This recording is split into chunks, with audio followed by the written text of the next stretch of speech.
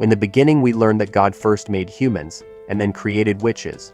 Instead of keeping all his power to himself, God generously shared it with the witches, instructing them to guide and assist the powerless humans in his place.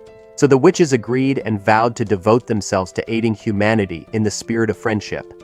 However, things have drastically changed in the present day. We witness a disturbing scene where a large group of humans are about to execute a witch, angrily declaring that they no longer need witches and want them eradicated. The witch, filled with hatred, wishes for their demise, but her fate comes first. Elsewhere, our protagonist, Adonis, who is an apprentice to a witch, grumbles about his sore legs and the unbearable heat of the desert they're traveling through. Adonis is frustrated because Chloe, the witch he's with, is ignoring his complaints.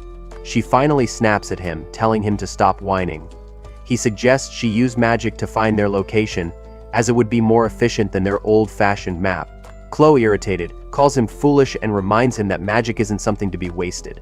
When she threatens to leave him behind, Adonis pulls out a device to determine their location instead. Chloe becomes furious when she sees him using technology. She had warned him multiple times not to use that weird gadget because it could make them easier to track. Adonis reassures her, explaining that the device is actually a smartphone he personally modified. He explains it operates using free-form summoning magic instead of radio signals, rendering it untraceable even by military-grade technology, and it doesn't need batteries. Feeling proud of his invention, Adonis teases Chloe about her outdated ways, saying that using maps is a bit old-fashioned. However, Chloe isn't impressed and tells him they need to keep moving. As they resume their journey, Adonis grows serious, asking why they have to constantly be on the run. Chloe explains that, as a witch, life is no longer safe. Humans have become hostile toward witches, and now they have to hide, blending in while in human cities and keeping their distance from towns. In a weak attempt at humor, Chloe compares herself to a ninja, but the joke falls flat, and they both continue on silently. She reminds Adonis they need to find a place where witches are accepted, so they can live in peace. And they also need to enroll Adonis in school, but he retorts that he prefers learning under her guidance rather than going to school. Chloe playfully teases him about liking older women, and they continue their journey. Adonis can't help but feel anger toward the humans. He despises the Red Empire they live in, and secretly dreams of using magic to wipe out the human race. Suddenly, Adonis senses something approaching, and a group of soldiers spots them, reporting back to their base that they've located a fugitive witch. Adonis boldly declares that he will deal with the humans, but Chloe stops him, telling him he's not ready. Chloe, needing to protect them both, conjures a staff and begins casting ice magic, muttering how humans never seem to learn. She releases a powerful spell, freezing their enemies. So meanwhile, back at the Empire, a man in a suit reports to Emperor Goth about the situation. The Emperor, meticulously groomed with a sharp mustache, calls him incompetent. The man explains that Chloe is a powerful witch, especially skilled in ice magic, and that a single squadron won't be enough to defeat her. Before he can continue, he is abruptly silenced by a kick. The Emperor, irritated, orders his men to capture Chloe immediately. Back at the battle, Chloe, now standing in a victorious pose, looks exhausted after taking down the soldiers. Adonis, however, is filled with frustration. He can't understand why she continues to hold him back when he knows spells and is eager to fight. Adonis feels like he could have easily dealt with those weaklings himself and is growing frustrated. He doesn't understand the point of studying magic if Chloe never lets him use it. Once again, Chloe interrupts his thoughts, telling him he's simply not experienced enough with magic. Adonis, determined to prove her wrong, summons a massive sword from the sky and asks how she could still consider him inexperienced after witnessing that. But Chloe doesn't even acknowledge his impressive display, instead warning him that if he keeps pushing, she'll lose her temper. Adonis begins to suspect the real reason she holds him back is because he's human. He thinks she doesn't want him to fight against his own kind, believing that her kindness towards him is preventing her from letting him battle humans. No matter how cruel they are to her, she keeps her feelings hidden, stopping him from fighting them. But Adonis has reached his breaking point. He can't bear to stand by and watch her get hurt any longer. Just as he's about to express how he feels, Chloe stops him, admitting she feels the same way. They share a brief embrace before being interrupted by the realization that one of the frozen humans had a device tracking their location. Suddenly, Adonis and Chloe start floating, and Chloe's shocked. She realizes that the humans must have completed something major. She explains that not even witches can teleport over long distances. But that seems to be what's happening now. Adonis reassures her that everything will be fine, promising that he'll always stay by her side. Meanwhile, in space, advanced technology is at play. A group on a space station monitors the situation, confirming the transfer's success and setting coordinates for a drop-off. The countdown begins. Back on Earth, Emperor Goth addresses the people. He removes his crown to appear more relatable, beginning his speech by saying he speaks not as their ruler, but as one of them. The Emperor, sporting his perfectly groomed mustache, reminds everyone how humanity has always relied on magic for protection during disasters and plagues. But they once admired, feared, and revered witches for their incredible power. But now, Goth claims this dynamic is unfair. He argues that humans are not weaklings who need to bow to witches for survival. In his charismatic style, Goth urges the crowd to take pride in human achievements. He points to their advancements: airships soaring through the skies, towering cities immune to storms, and self-driving trains expanding their horizons. He even highlights the modern smartphone as a testament to human ingenuity, capable of entertainment like games and cute animal videos. Goth insists that humans no longer need witches and can control the world with their own strength. His persuasive words fuel the crowd's desire to eradicate witches, as he declares that humans should be the supreme rulers of the world. A young woman praises his speech, calling it brilliant, and Goth confidently claims that the world will improve once witches are gone. Just then a beam of light crashes down onto the stage, revealing Adonis and Chloe, teleported there by force. So the crowd's hateful words shock the pair, and their anger intensifies when they realize it was Emperor Goth who brought them there. Without hesitation, Adonis leaps into action, telling Chloe to run while he buys her time. However, he's quickly stopped, and Goth sneers at the sight of a human raised by a witch. But Chloe, no longer the calm guide, erupts in fury. She warns Goth that if he cares about the lives of his people, he must release her young apprentice. Not one to make idle threats, Chloe begins casting an absolute zero ice spell, making it clear that Goth's silence is his answer. As the situation escalates, Chloe addresses the crowd, telling them that they, like Adonis, are humans. She has refrained from harming them, because if she were to destroy them, Adonis would have no place to call home. This is the only reason she has allowed them to live until now. Adonis watches in disbelief as Chloe prepares to cast her spell, but something goes terribly wrong. Her magic simply fizzles out, leaving her stunned. Emperor Goth, with his flawless mustache, steps forward and smugly explains that she can't possibly comprehend the advancements in human science. He points to a device known as the magic photon suppressor, which has completely neutralized her powers. The crowd erupts in laughter, acting as if they personally achieved something significant, while Goth taunts Chloe, expressing how ironic it is that the very humans she once protected are now hunting her. Adonis, determined as ever, tries to use his own magic, but nothing happens. Confused, he realizes something is terribly wrong.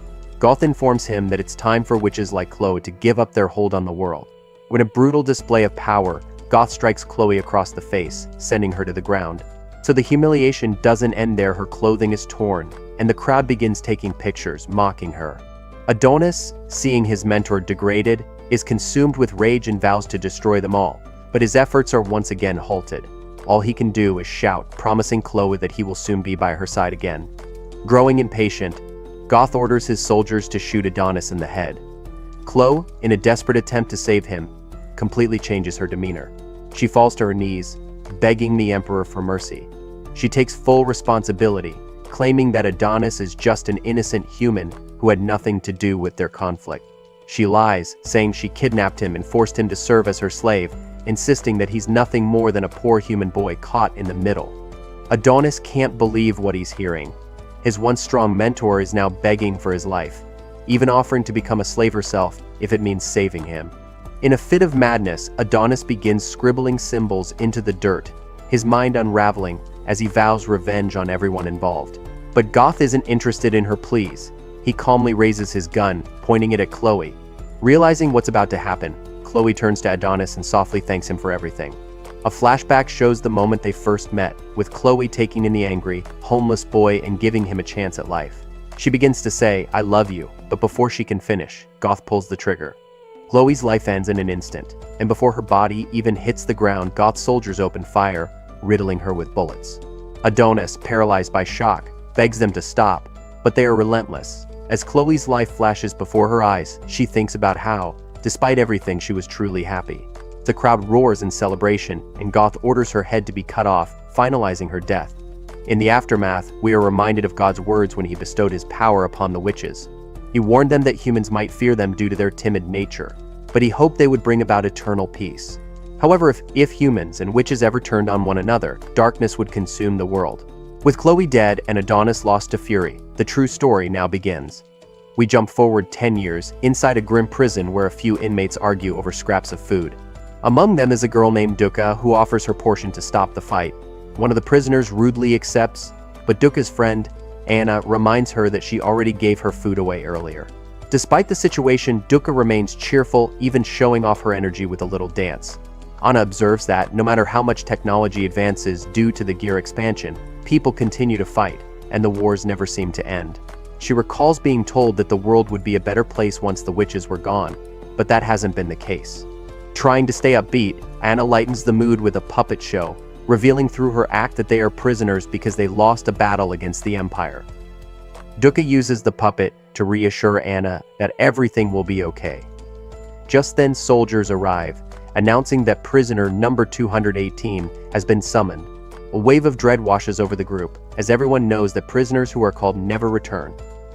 Anna panics when she realizes she's number 218, but before she can speak up, Dukkha fearlessly steps forward, volunteering in her place. The soldiers take Dukkha away, leaving Anna in complete shock. As the moment sinks in, Anna notices that Dukkha left behind her puppet, marked with the number 218. Dukkha is led to a chamber where she realizes she is about to be enslaved. She witnesses what happens to those who resist, and the flamboyant warden, dressed in garish clothes, informs her that she must serve the Rhea Empire, just like everyone else. Thur explains that running the prison requires funding, which comes from the Empire's taxpayers through what he calls the blood tax. He asks her who is responsible for the gear expansion, the rapid growth of human civilization, and the defeat of the witches. Without waiting for a response, he proudly declares that it was the Rhea Empire. Confident she will be sold for a high price, he snaps a selfie with her but immediately regrets it when Dukkha bites his finger. Seizing the moment, Dukkha attempts an escape. She grabs the warden's phone, intending to unlock all the cells, but the system requires voice authentication. Undeterred, she tries mimicking his voice, and fortunately, her high-pitched voice is similar enough to the warden's flamboyant tone that it works. With the cells now unlocked, she urges all the prisoners to flee and chaos breaks out. Amidst the mayhem, Dukkha makes her way toward a special, heavily fortified cell meant to contain someone of great power. Before she can get far, Dukkha is captured by the guards, but they soon realize that all the prison cells are opening, and they're in serious trouble. Suddenly alarms blare, and the large reinforced chamber begins to open. The guards panic, realizing they're about to face the furious Adonis. His rage is palpable as he effortlessly shatters his restraints. One of the terrified guards exclaims that prisoner 10001 has been freed and attempts to report it, but there's no time. In a panic, the guards foolishly try to subdue Adonis, attacking him all at once. But their efforts are futile. Adonis swiftly eliminates one without hesitation, his movements precise and deadly, then quickly dispatches the remaining two. Dukkha, paralyzed with fear, watches as Adonis approaches her. She pleads with him not to harm her, but his fury is overwhelming, and her words seem to fall on deaf ears.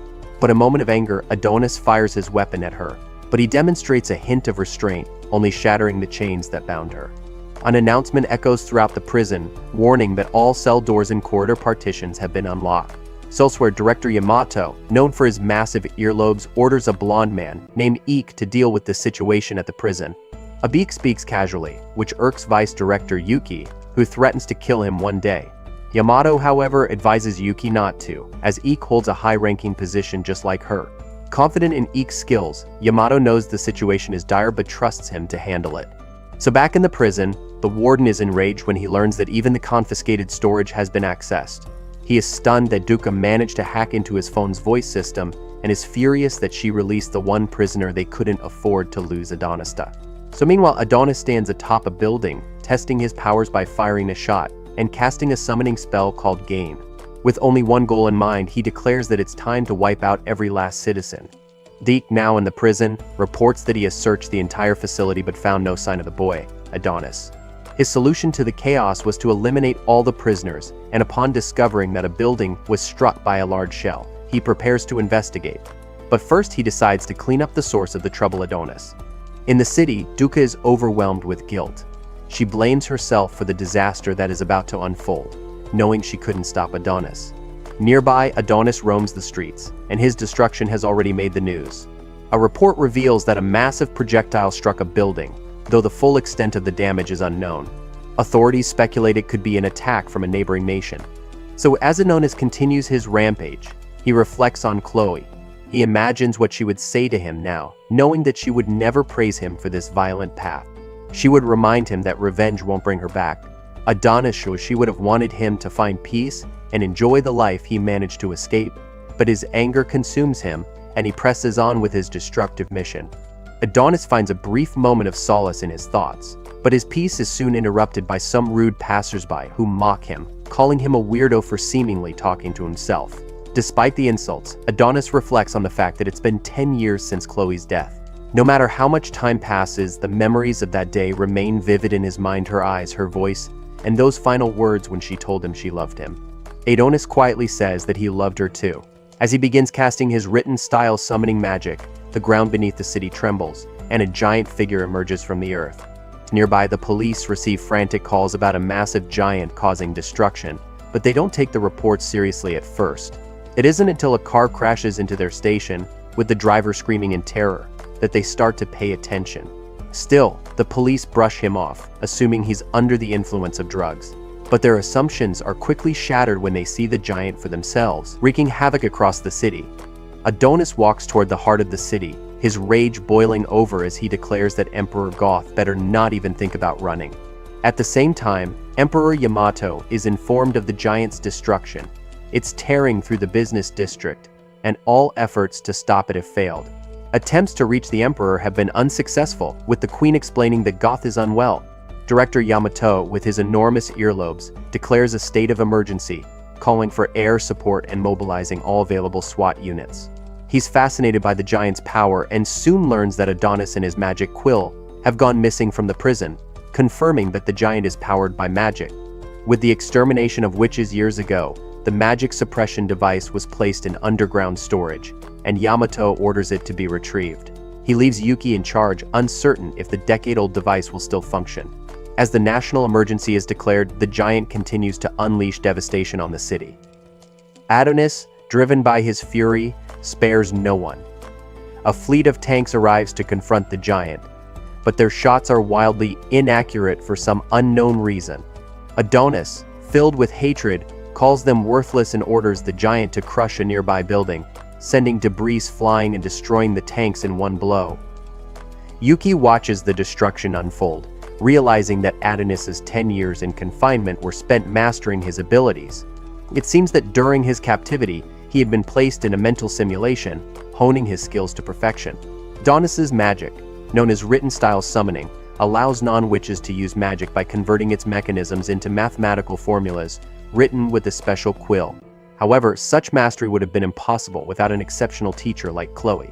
In Adonis's mind, there is no difference between the people alive today and those who were there 10 years ago when Chloe was killed. So relentless assault on the city is driven by the belief that if killing Chloe was humanity's goal, then everyone who benefits from the Empire's rule is equally guilty.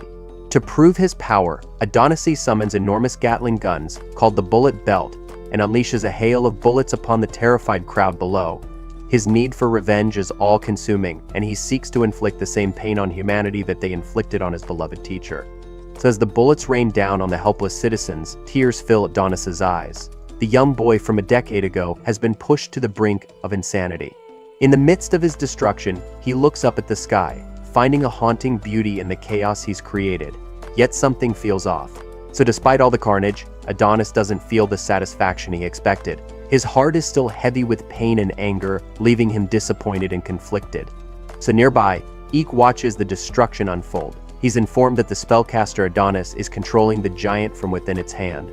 The military forces are ordered to target the long-term prisoner and Chloe's former apprentice.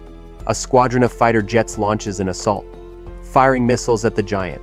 The barrage of explosions forces Adonis off the giant's hand, sending him plummeting to the ground. The relentless missile strikes continue, endangering countless civilians as the battle intensifies. A building is about to collapse on a newly orphaned child, but Dukkha suddenly appears, pulling the kid to safety just in time. She quickly hands the child off to a nearby stranger, explaining that she's on her way to confront Adonis. Meanwhile, Adonis stands atop a building, reflecting that he's not in the best shape as soldiers begin to close in on him. Back at the Imperial Castle, Emperor Goth may have kept his perfectly groomed mustache, but his health is failing. Severely ill, he is reassured by the Queen that everything in the Empire will be fine, and she urges him to rest. She praises him for his reign, crediting him with ensuring the strength of the Empire. The Emperor, grateful for her support, credits the Queen for giving him the strength to continue. But his coughing is so violent it seems like it could tear him apart from the inside. It becomes clear that he suffers from an incurable illness, but Goth, ever the stubborn ruler, refuses any medical help, insisting that he is perfectly fine even while holding a hand covered in his own blood. As Goth contemplates his illness, he wonders if it's a curse from God, though he dismisses the idea. He has no regrets. He and his empire built a highly advanced civilization and wiped out the witches in the name of progress. Krokatha believes that humanity could never truly advance as long as magic existed. While he gives this self-assuring speech, Adonis, without any need for words, continues to decimate the population. Goth maintains that humanity must walk its own path, and that magic is now a relic of the past. So the Emperor remains certain he did the right thing, even as rain begins to fall. With a smoothness matching his mustache, he tells the Queen that she is a flower that bloomed along the destruction. Elsewhere, Yamato is stunned to learn that their elite forces have been completely wiped out.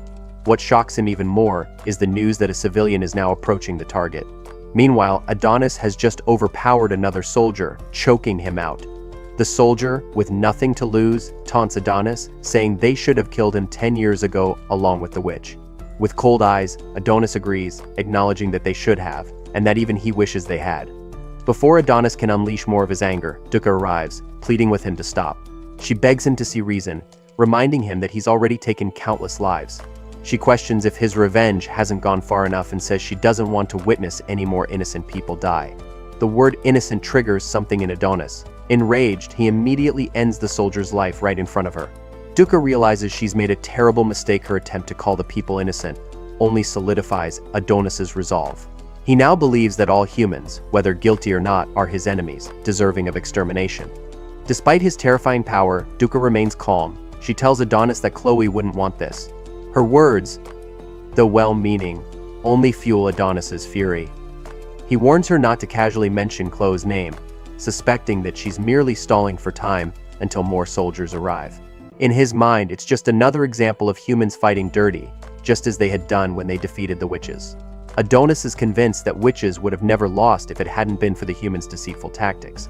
He tells Dukkha to back off, claiming she knows nothing about the situation. However, Dukkha reveals that she knows far more than he thinks.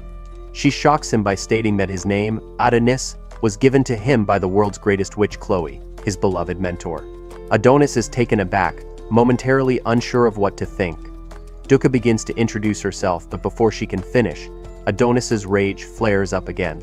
He refuses to believe her, certain that all witches are long dead, and accuses her of playing with his mind. Adonis, filled with rage, demands that Dukkha never speak of witches again, but she calmly reveals that some witches survived the hunts. Overwhelmed with emotion, Adonis, frustrated, asks why they didn't save Chloe. Why did they let her die?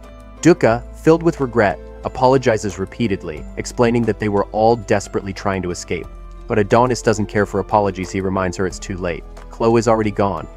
Then, Dukkha shocks him by saying that Chloe can be brought back, that they have a way to bring her back to life. Adonis doesn't believe her. He takes it as an insult and prepares to kill her for what he thinks are ridiculous lies. She pleads with him, explaining that her mission was to infiltrate the country to find him, because they need his memories of Chloe to bring her back. So they need him to resurrect her. Adonis, seemingly deaf to her words, summons a sword, declaring that he will end anyone who dares stand in his way, anyone who mentions Chloe's name. He swears that Dukkha will be no exception. Dukkha, resigned, tells him that if her life will bring him peace, she's willing to die for him. She expresses gratitude for meeting him, which instantly reminds Adonis of Chloe's last words. So resolve wavers, and he falls to the ground, breaking down in tears. His relentless thirst for revenge pauses as he's confronted with a glimmer of hope that Chloe could return. Torn and desperate, Adonis asks Dukkha if it's truly possible to bring Chloe back. Duka reassures him that it is, and that he doesn't have to be alone anymore. As she reaches out to him, Adonis, shifting from vengeance to a fragile hope, extends his hand to hers only to be horrified as Duka is suddenly shot. So the shooter is Eek, who grumbles that he missed the chance to kill both of them. We flash back to a time when Duka's city was under attack. Chaos and destruction were everywhere, with neighbors being slaughtered before her eyes. In the midst of the horror, Duka finds her friend Maya still alive. Maya, confused and frightened, explains that the humans launched a sudden attack, breaking the peace they once had. Duka, desperate to fix things with magic, wants to fight back, but Maya informs her that the humans have developed a machine that suppresses their magic. Maya urges Duka to flee and find Ophelia, who might be able to help. Duka pleads for Maya to come with her, but she doesn't realize that Maya is gravely injured, a massive wound in her back making it impossible for her to move. Maya gives Duka directions to Ophelia's house and performs a final puppet show, even as she fights through immense pain. Using her puppet, she tells Duka that she's strong and can run fast enough to escape. So Maya, with her last bit of strength, deepens her voice and tells Duka to run and not look back. Back in the present, Adonis kneels beside Duka after she's been shot. Panicked, he begs her not to die, frantically asking how to bring Chloe back. Duka whispers something about the witches, but her words are too faint to hear. As bullets rain down, Adonis is forced to move away. Surrounded by soldiers, Adonis's anger reignites. How feels like fate is toying with him, giving him a sliver of hope just to take it away. He still doesn't know how to bring Chloe back. Like Eek arrogantly assuming Adonis is dead, reports to Yamato that the threat has been neutralized. But Adonis, far from finished, picks up his quill and coldly warns the humans not to get ahead of themselves. So the soldiers hesitate for a moment, then unleash a barrage of bullets. However, the bullets are useless, each one bounces off Adonis's magical barrier. Adonis, once again fueled by rage and magic, prepares to unleash his next attack. So Yamato can hear the battle raging in the distance, and it fills him with unease. So Adonis finishes displaying his power, he turns the soldiers' bullets against them, wiping out the entire group effortlessly. The only one left standing is a bald-headed soldier, and for some reason Eek decides to fire a shot at Adonis. The bullet does nothing, merely drawing more attention. Adonis catches it mid-air with ease, using his written style summoning magic to enlarge it dramatically. Eek realizes far too late that his attack was a grave mistake, as Adonis sends the giant bullet back, obliterating him. Now, all that remains of Eek are his legs. Adonis mocks the humans, calling them weak, powerless insects. He taunts them forever thinking they had a chance against him, especially after killing Chloe. Turning to the one soldier he left alive, Adonis questions whether humanity really believed he would allow them to live peacefully after Chloe's death. From headquarters, the Empire watches in horror as Adonis declares his intent to exterminate every last human, promising to make them feel the despair that Chloe did. Yamato, feeling utterly helpless, can only hope that Yuki completes her mission before it's too late. Meanwhile, Yuki stands before the scientific marvel that once defeated the witches. She knows that if activated, the machine will suppress Adonis's magic. We also learn that Yamato is her older brother, although Yuki is thankful she didn't inherit his comically large earlobes. She feels a deep desire to prove her worth by activating the device. Urgently, she orders her men to begin, but they're interrupted by Theta, the director of the National Science Agency, one of the 4 bureaus of the Rhea Empire. Theta, with her strikingly large eyebrows, greets Yuki and acknowledges how much she's grown. Yuki is shocked to see Theta standing in her way. Theta firmly refuses to let them activate the device, which leaves Yuki demanding an explanation. Back at headquarters, Yamato receives a call expecting Yuki, but it's Theta. Science, she explains, has illuminated many things, but there are still forces beyond their understanding, particularly the particles emitted by the device. She brings up the disease that afflicted the soldiers involved in the witch hunts 10 years ago, known as human cellular dysfunction disease. Though not confirmed, they suspect these particles were the cause, damaging human cells. Yamato, stunned by this revelation, realizes this could be the reason behind Emperor Goth's mysterious illness. Theta further explains that since the witches are gone, there is no longer a natural balance to cleanse the atmosphere of these harmful particles. Without the protective magic of the witches, the environment has deteriorated. If humans are exposed to a significant amount of these particles, it could lead to their destruction. This is new information to Yamato, and he starts to piece together the greater consequences. Back at the battle, Adonis continues his rampage, laughing maniacally as he easily blocks more bullets, eliminating soldiers with terrifying ease. The fight is tipping dangerously in his favor, and Yamato realizes they are quickly losing control. Theta begs Yuki to return to the capital, warning that activating the device could be catastrophic. But Yuki, driven by a sense of duty, refuses to listen. She remembers how her brother entrusted her with this task and believes the threat of magic outweighs any concerns about illness. With grim determination, she activates the device, ignoring Theta's desperate pleas.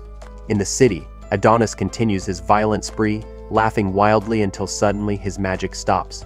Everyone at headquarters watches in shock as Adonis drops his quill, his power cut off. Yamato anxiously asks about Yuki's condition, but Theta only manages to say that Yuki is injured. We see that both Theta and Yuki have been gravely wounded in the process of shutting down the device. Theta deactivates the machine, but the damage has already been done. Yamato, desperate for answers, presses Theta, but she reminds him to stay focused on the task at hand. She questions whether Adonis is really so unbeatable that they need to suppress magic just to defeat him. Should they really be struggling this much against one man? Her words stir Yamato, and he remembers his duty to swiftly eliminate any threat to the Empire.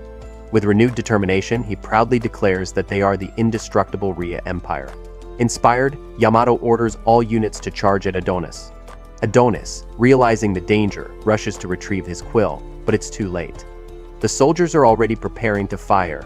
Among them, a particularly furious soldier, one they call Fi, steps forward, enraged by what Adonis has done to their nation. A building collapses between the soldiers and Adonis, but Fi doesn't hesitate. She draws her thermal blade, ready to finish the fight. Adonis, for the first time, wonders if this is the end for him, but he feels a strange sense of peace, hoping that he'll soon be reunited with Chloe. Without hesitation, Phoebe swings her blade, and with a single strike she takes Adonis's head. As the dust and smoke clear, the soldiers are left stunned, but eventually, Phoebe emerges, holding Adonis's severed head high. She declares that the witch's apprentice has been defeated, and the soldiers erupt in celebration. Back at headquarters, the news brings waves of relief, and Yamato breathes deeply, proud of his troops, but cautious. He reminds them that the job isn't over yet, they still need to secure Adonis's body and assess the damage to the city. So Yamato is informed that the soldier who killed Adonis is a new recruit to the armored foot soldiers. His assistant suggests looking into her further, but Yamato waves it off, stating that the priority is checking on Director Theta and Vice Director Yuki. Confident in their victory, Yamato believes that Theta was right, Rhea is strong. However, we soon see that Theta wasn't strong enough. Her lifeless body is being carried away, as is Yuki's, both severely injured from the earlier battle. But meanwhile, Emperor Goth delivers another one of his infamous speeches, tubes attached to every part of his body, barely keeping him alive as he speaks. He announces to the Empire that, despite their efforts, magic has somehow survived, so the witches, thought to be eradicated, still exist in this world. He refers to Adonis, the long-term prisoner and apprentice to a witch, who has been unleashed upon the world. Though Adonis is human, he represents the dangerous remnants of the old magic-infused world. To Goth, looking more like a living life support machine, reveals that even after a decade, they have failed to understand how Adonis, a human, could wield magic. He expresses regret for allowing Adonis to live for so long, but reassures the people by reminding them of the Empire's supremacy. So he declares that the Rhea Empire stands at the pinnacle of the world, with the power of science and their iron-willed soldiers who will yield to no evil. As he nears the end of his speech, Goth, looking like a USB hub with tubes, tells the people to be proud of being born human in the Rhea Empire. What he proclaims that the old world is dead, God is gone, and the Empire is now their God. At a random school, a girl watches Goth's speech on HM Tube. The teacher acknowledges the hard times, mentioning that several students have died recently, and we see a plant on a desk in memory of one of them. A student asks why Adonis, the witch's apprentice, would side with the witches if he was human. The teacher, clearly at a loss, gives no answer and seems eager to dismiss the class. As the students leave, a red-headed girl named Eri is approached by another student, who hints at knowing something Eri did. Eri instantly understands and defensively states that her actions were a natural reaction to the situation. The other girl decides to leave her alone, but Eri wishes she'd just disappear entirely. Eri heads to the site of the destruction, filled with anger toward the Empire for failing to protect the people. It's revealed that Eri's boyfriend had been caught in the chaos, begging her for help. In a moment of panic, she hesitated, ultimately choosing to flee, leaving him to wonder why she abandoned him just before he was crushed. The guilt of leaving him behind haunts Eri, But what troubles her even more is her undeniable attraction to the mysterious figure who wields magic, despite everything she's been taught to hate. A man suddenly approaches Eri, and she immediately senses that he's with the government. In a panic, she tries to delete the photo she has of Adonis, but the man reassures her, saying he'll keep her secret. He points out that Adonis, the witch's apprentice, is a dangerous criminal responsible for a terrible disaster, but he promises not to report her. So Eri, relieved but still cautious, apologizes and quickly leaves. It doesn't take long for us to learn the man's name, Oz Gorgeous, and despite his charming appearance, he's a two-faced agent. The moment Eri leaves, he makes a call to report her exact location, noting that she's likely been influenced by the terrorist. He orders her capture, leaving it up to the National Security Bureau to decide her fate. But he's confident she'll either face execution or imprisonment for treason. Oz, feeling satisfied with himself, grumbles about how exhausting it is to inspect the disaster area. Just then, he receives word that the final checks are complete. Ready to head back to base, he calls a colleague named Charmy, jokingly demanding a hug and a kiss when he returns. Charmy, clearly annoyed by his arrogance, reminds Oz that he still hasn't addressed her transfer request. She's fed up with overworking every day and dealing with a boss who abuses his authority and constantly harasses her. Shifting the conversation, she mentions some shocking news that just came in and urges Oz to return immediately, as they've discovered something unbelievable. The body they captured isn't Adonis, it's a fake. Meanwhile, we see Adonis waking up in an entirely different place, screaming in pain. He's being held down by several women who are worried as his body temperature, heart rate, and blood pressure spike dangerously. One woman smugly notes that she had warned them a human wouldn't survive a hetero-face transfer. Just then, Madame Ophelia arrives, calming the situation and preparing to restore Adonis's consciousness by stimulating his brain. As she dives into his mind, Adonis begins to relive his past. His body remains in agony, and he calls out for his beloved Chloe. He soon realizes that he didn't actually die. He sees the fake body parts that had been used to trick the soldiers. How one soldier had mentioned duplication magic and death cancel, but Adonis doesn't understand what it means. Soldier, however, well, there turns out to be Anna, the same girl who had infiltrated the Empire alongside Duca. Anna explains that everything they've done was in pursuit of bringing Chloe back to life, and her mission was to get Adonis out safely. Though Adonis is curious to know more about her, there's no time to talk.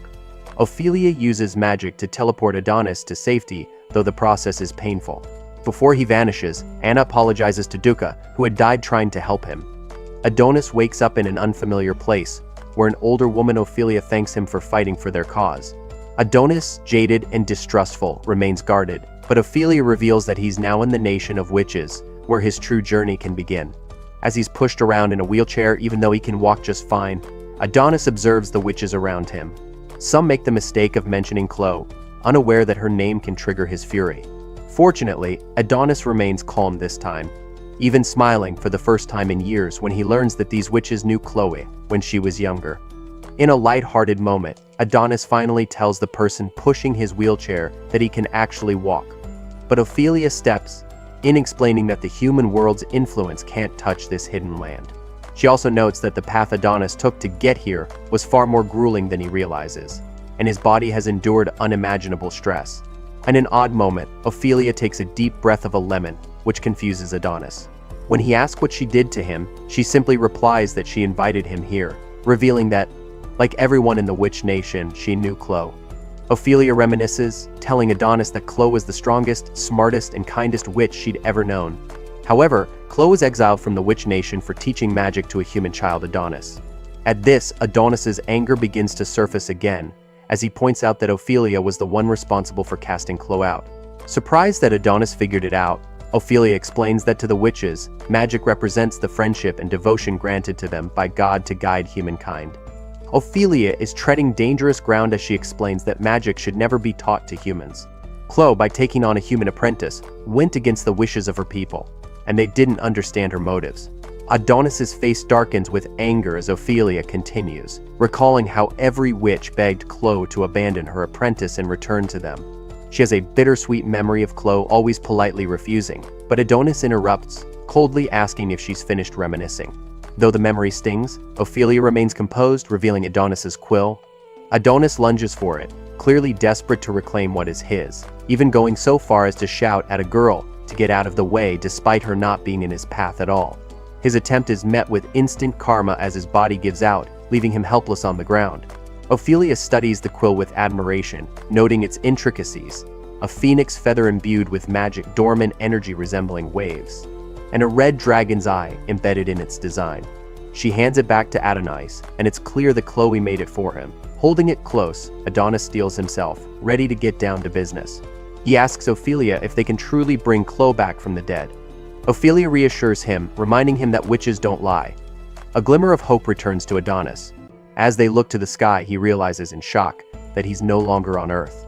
Ophelia explains that this secluded land is beyond human reach.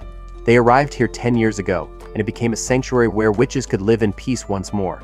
This new witches' nation is called Lunamilia.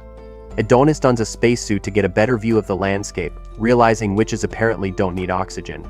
Folia muses about the limitations of humanity, wondering if God made the Earth round to keep people from seeing too far into the future. Adonis, however, refuses to accept those limitations. Ophelia then takes him to a witch cemetery, delivering a somber speech about how humans are too obsessed with sayings, such as witches will corrupt humankind, a belief once held by kings. Things take a turn when Ophelia leads him to a tree called Ido, which produces witches. It's Adonis's first time seeing such a thing, and he remarks that Chloe always hated talking about her origins, likely because she was born from a tree like a fruit. Ophelia delivers a bombshell, explaining that witches are unisex and don't reproduce like humans. So they aren't born from mating pairs, but from the trees as fruits infused with the power of God. So this particular tree is the last of its kind, brought from the Earth's surface after humans destroyed the others. The mention of regeneration catches Adonis's attention. His mind races, could Chloe be in one of the fruits? Ophelia clarifies that the fruit isn't Chloe yet, but merely a witch waiting to be born. However, with Adonis's help, it could become her. She explains that magic is the act of turning thoughts into physical forms in the material world, and Adonis's summoning magic, depending on his skill, could manifest anything, even his memories. So memory, she says, is life itself. If Adonis could seal his memories of Chloe into the fruit, it might bring her back. Ophelia tells Adonis that he is the key to Chloe's resurrection, and she asks him to let her know when he's ready. Overwhelmed, Adonis takes a moment to process everything. The weight of the responsibility sinks in. His magic will bring Chloe back to life. Just then, Anna storms in, furious. She confronts Adonis, demanding if he has anything to say.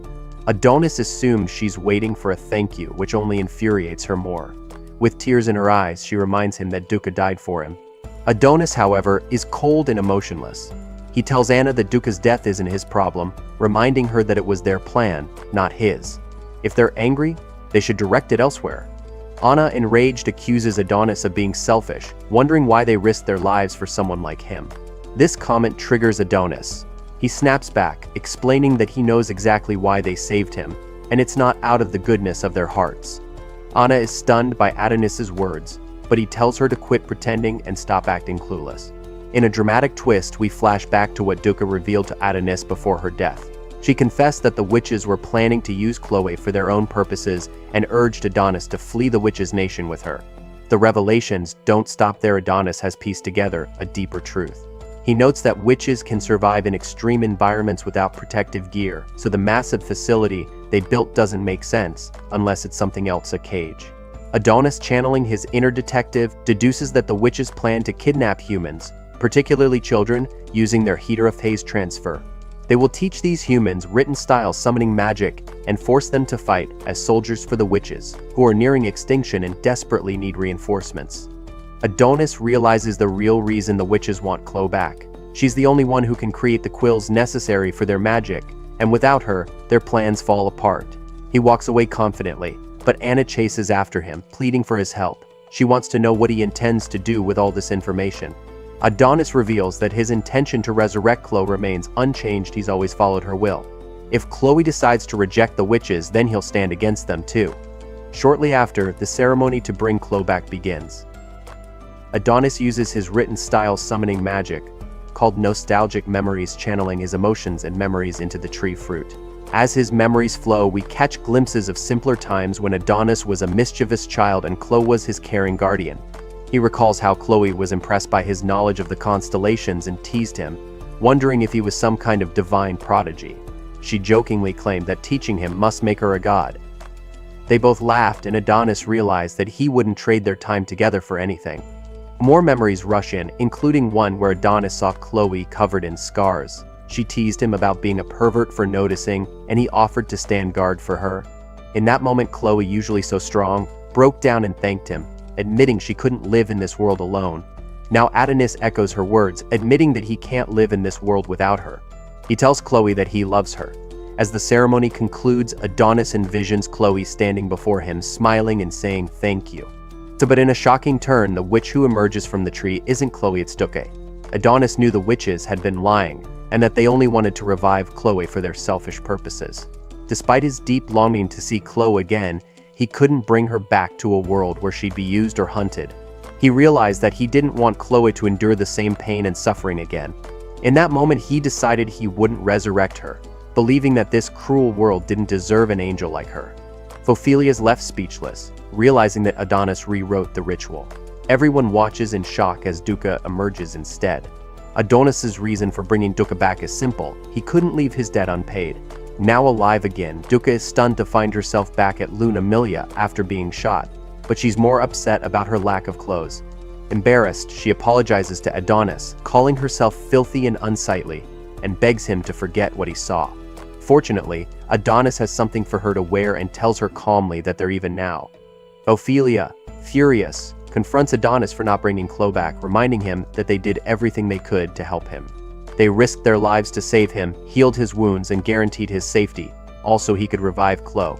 The crowd of witches turns hostile, accusing him of ruining their plans. They speculate that Adonis never truly loved Chloe and that he chose Duque over her. Some even accuse Duque of seducing Adonis and putting ideas in his head. Growing increasingly irritated, Adonis silences them all with a commanding presence. He's had enough of their accusations and makes it clear that his decision not to resurrect Chloe wasn't about choosing Duque, it was about not subjecting Chloe to the pain of this world again. Chloe was everything to Adonis, but Ophelia, the ever-confident old lady, chuckles, unimpressed by his devotion. She readies herself to attack, reminding him that he is nothing more than a mere human. Her amusement quickly turns to shock as strange particles start to appear around Adonis. He reveals that during his long imprisonment by the humans, they implanted a tracking device in his body. With a chilling proclamation, Adonis declares that he will be the one to annihilate humanity, and that he won't allow these treacherous witches to stand in his way. In a dramatic move, he destroys the tracking chip, and to everyone's surprise, the last remaining witch tree, the Mito tree, bursts into flames. The one responsible for this is none other than Yamato, who had no idea such a tree still existed. He hides his massive earlobes under his helmet, and with disdain he labels the witches as the remnants of a wicked race, comparing them to rats trapped in a cage alongside Adonis, the witch's apprentice. Adonis, offended, reminds him that it was he who invited them all here, ominously referring to the place as a graveyard in anticipation of the slaughter to come. A brave witch steps forward, trying to reassure Ophelia that she will save the Mito tree. She summons a powerful water spell to douse the flames, but sacrifices her life in the process. Realizing the severity of their situation, Ophelia calls upon a witch named Santa Maria to suit everyone up, transforming them in a style reminiscent of Power Rangers. Confident as ever, Ophelia orders the witches to prepare for battle. Adonis begins casting his written-style summoning magic, but Yamato, aware of the danger, attacks him immediately. Adonis retaliates by magically firing Yamato's own gun against him, unloading the entire clip. Yamato's suit holds up well, but internal alarms blare as the damage accumulates. Adonis, fueled by his hatred for humanity, taunts Yamato, telling him to stand up so he can end his life properly. Just then, Duque manages to get Adonis's attention, leaving him momentarily puzzled about what she wants. Meanwhile, the witches unleash their magic against the human soldiers, demonstrating an incredible array of powers. The Venom Fang witch summons a deadly serpent that sends a group of soldiers to their doom, while another witch traps them in crystals.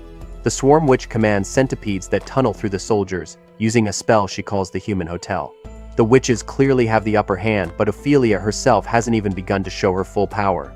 As a group of soldiers prepares to attack her, Ophelia lifts them effortlessly into the air, deflecting their bullets as if they were nothing. She pulls them together into a grotesque human ball and crushes them with a spell she calls Death Game. Brimming with confidence, she mocks the humans, comparing them to helpless infants, sure that victory is within their grasp. However, Ophelia hasn't been paying attention to the bigger picture. a new squad of human soldiers has arrived and already taken out one of their witches. Despite this, her arrogance remains intact, as she believes the humans are merely trying to outnumber them. Elsewhere, the humans monitor the battle, bewildered by the number of witches still alive.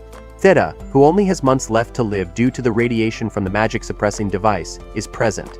The director of the bureau demands an explanation, and Theta begins by showing them a transport device that humans created years ago. From the images, it becomes clear that the witches captured this technology and used it to escape beyond Earth's skies. The witches had also cloaked their moon base with magic, using human science against them. Professor X, outraged, points out that the National Science Agency receives a massive budget, and such oversight should never have been allowed. He warns that this failure will not only cost Theta her life but will have greater consequences. However, Director Shiro, the coldest person in the room, tells Professor X to shut up. He calmly asserts that the witch extermination war really did end a decade ago. All that's left is cleaning up the loose ends on the moon. Meanwhile, Yamato is deep in thought, flashing back to a time when he watched over his sister Yuki, who had been gravely injured, reflecting on the personal cost of the war. While Yuki had always been at Yamato's side, rising through the ranks to become the youngest vice director in history. Her brilliance was undeniable, but unfortunately not enough to shield her from the radiation that had destroyed her internal organs. With the blame for everything going wrong falling on the soon-to-be-dead Theta, Yamato is overwhelmed with grief. He breaks down, reminding everyone that Yuki is only 14 years old. His sadness quickly turns to rage as he locks his anger onto Adonis, vowing to make him pay. He pushes his suit's arm output to 500%, ready to continue the battle. Adonis quickly realizes just how strong Yamato is. As he attempts to shoot him, Yamato's speed catches him off guard, and his punch lands with tremendous force. Yamato can't comprehend why Adonis would side with the witches.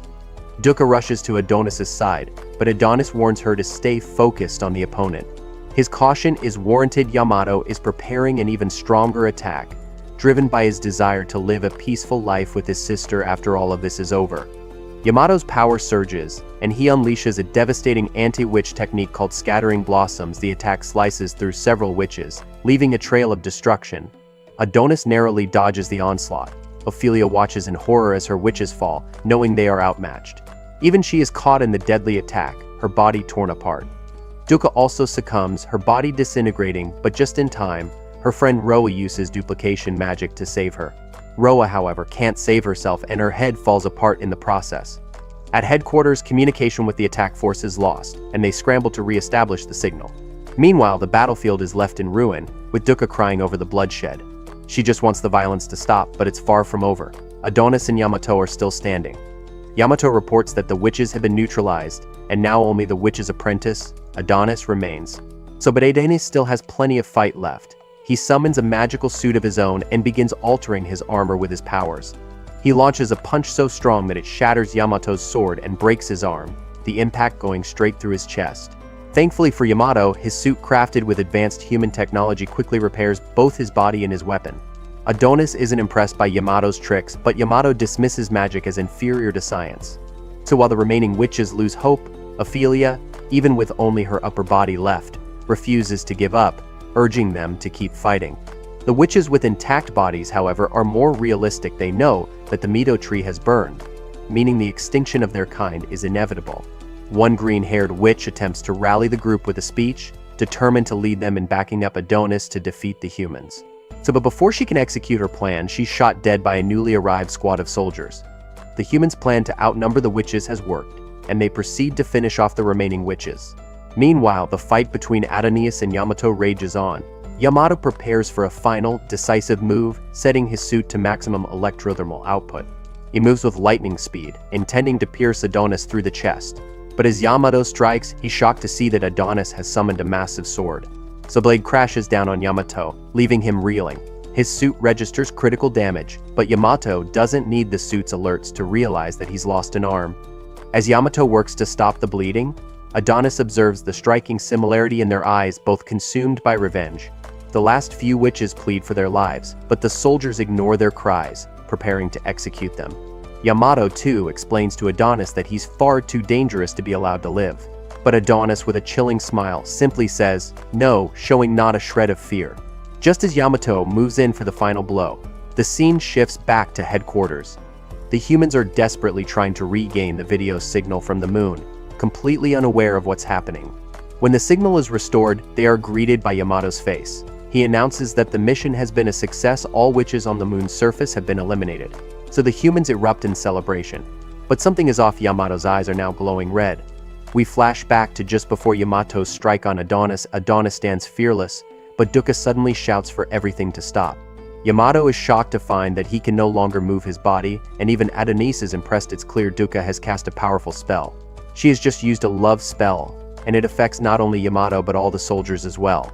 Introducing herself, she compels Yamato to say his name, though he realizes, to his horror, that it was not his choice. His mouth moved on its own. He quickly grasps how dangerous Dukkha's magic is. The other witches, witnessing Dukkha's magic in action, begin to hope that she might turn the tide of battle. So Yamato, frustrated and panicked, demands she lift the spell, but Dukkha refuses. Adonis, burning with rage, sees his chance and orders Dukkha to tear out Yamato's throat. But Dukkha surprises everyone, including Yamato, by extending her hand to him. She pleads for peace, asking him to shake her hand and promise that he won't attack Adonis or the witches.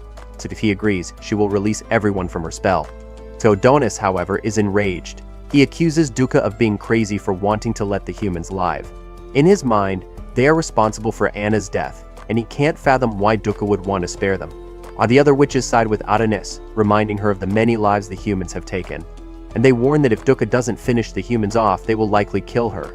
Yamato, his own anger building, lashes out, attacking Dukkha and telling her to know her place. He savagely explains that the humans will use their science to wipe out all witches, and her naive hope for peace is pointless.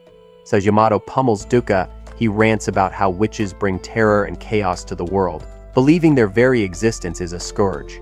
He blames Adonis, the witch's apprentice, for countless deaths, insisting that if it weren't for the witches, Adonis never would have existed. In his eyes, the witches should accept their fate: extinction. So the soldiers, slowly regaining their movement, stand ready, but Yamato's fury is far from spent. Horshathi he thinks about his sister Yuki, blaming the witches for her condition, and relentlessly beats Dukkha.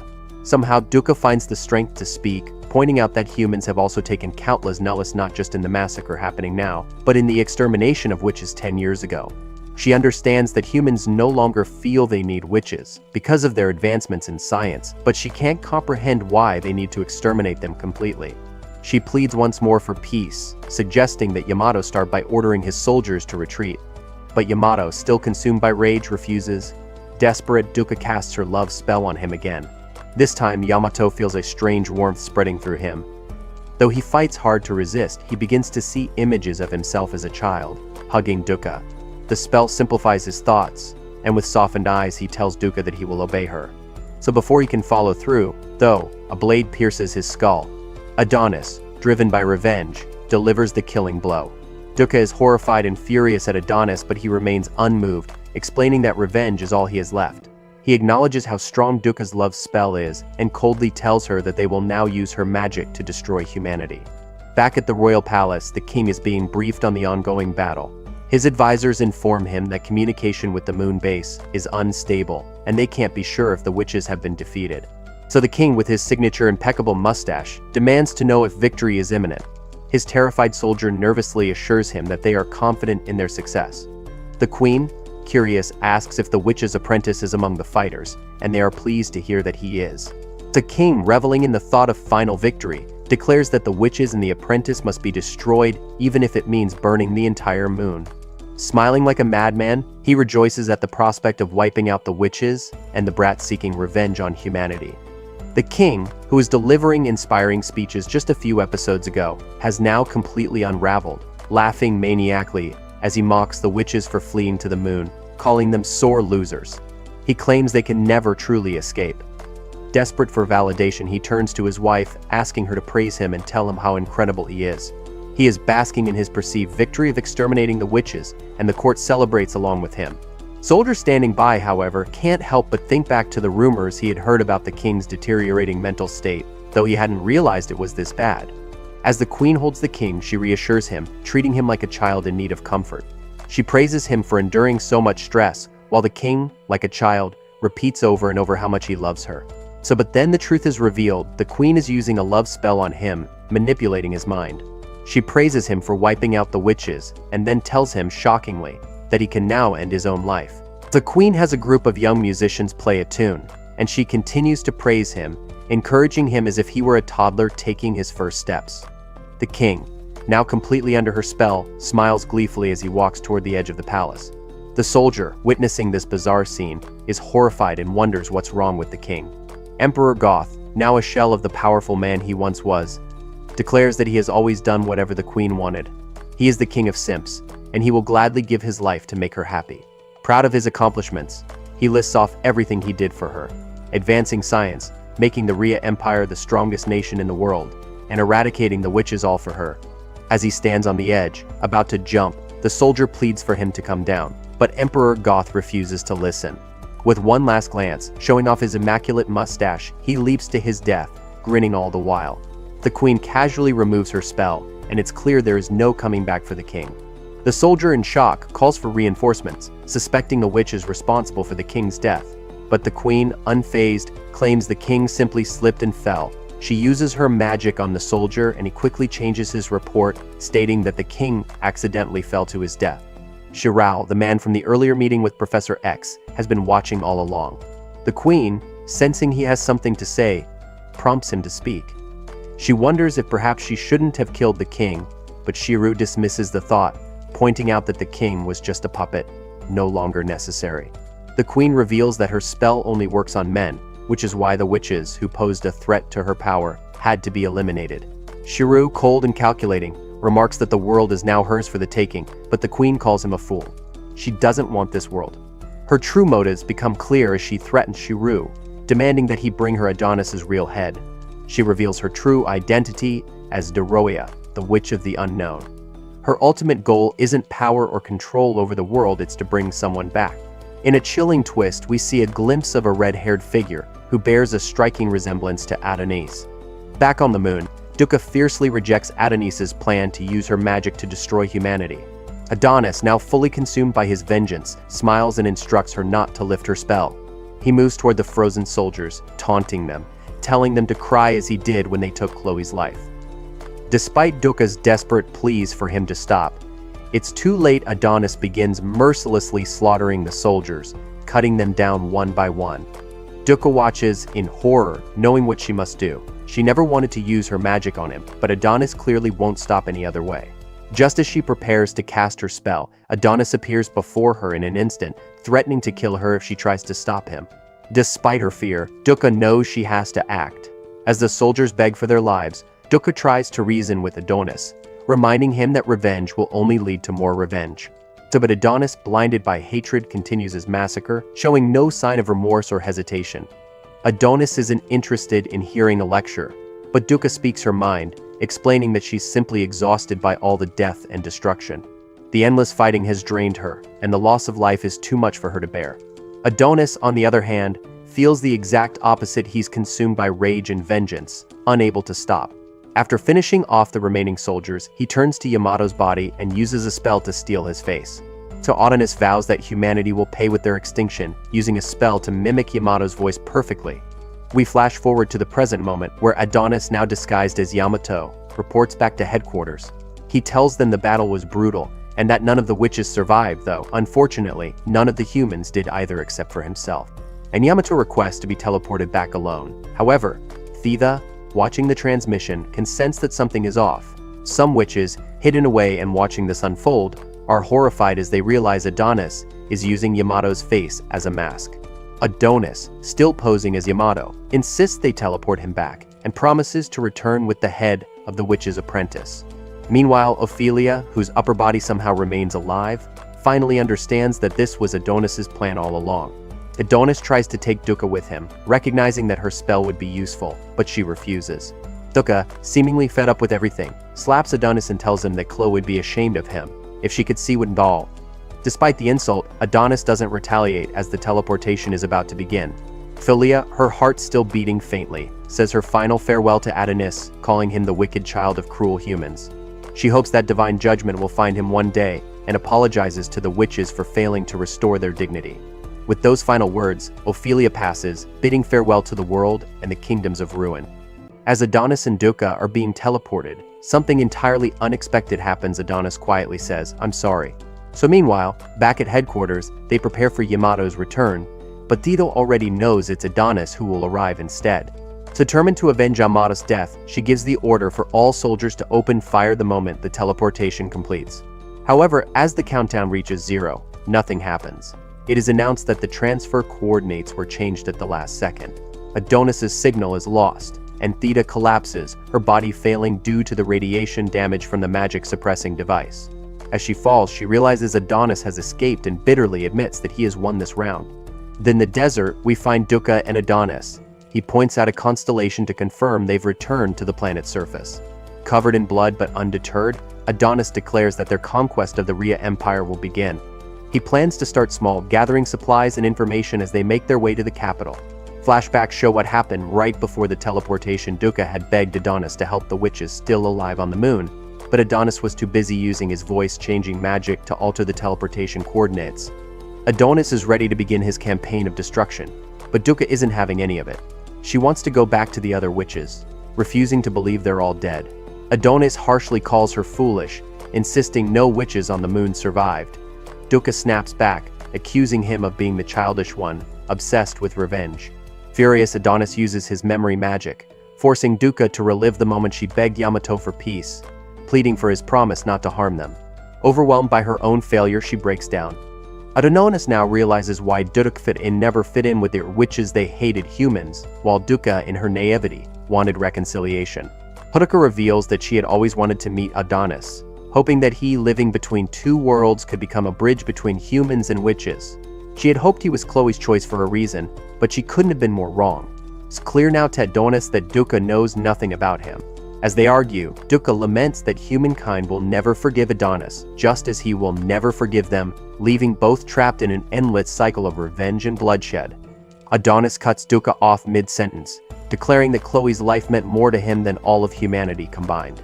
The world that took her from him made an unforgivable mistake, and now it deserves to be destroyed.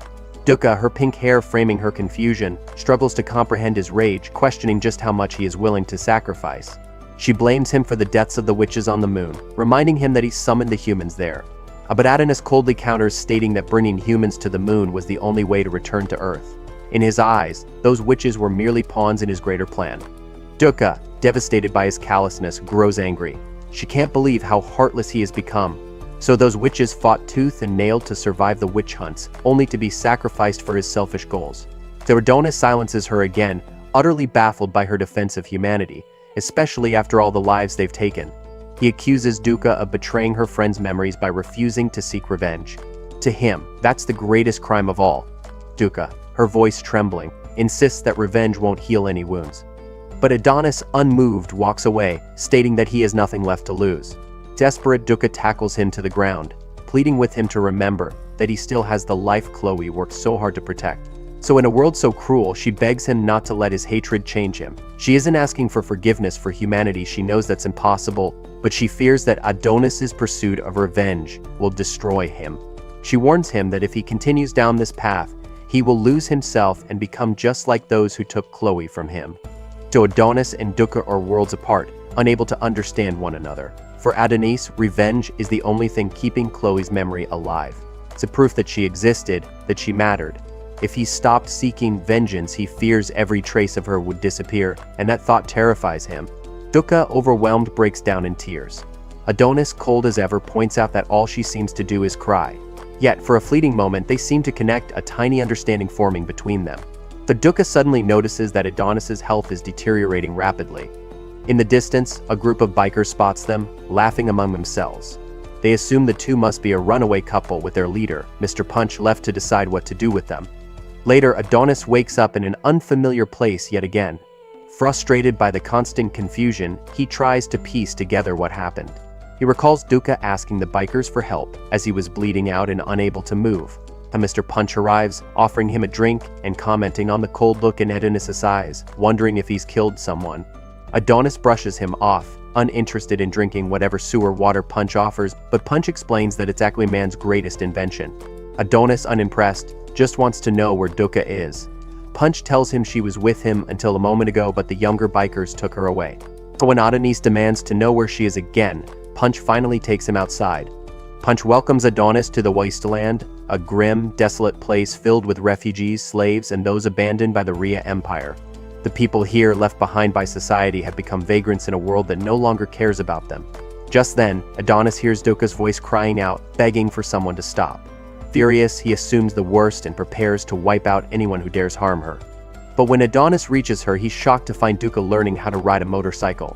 She wasn't in danger, she was simply struggling to control the bike, begging for someone to stop it, while the men cheered her on, encouraging her to learn. When Duka sees Adonis is awake, she beams, but her excitement quickly leads to a faceplant as she crashes the motorcycle into the dirt. Though concerned for Adonis's injuries, she's in rough shape herself. Duka hands Adonis a set of small figurines she made as an apology for not realizing how hurt he was earlier. True to form, Adonis remains cold and indifferent, tossing the little figures aside.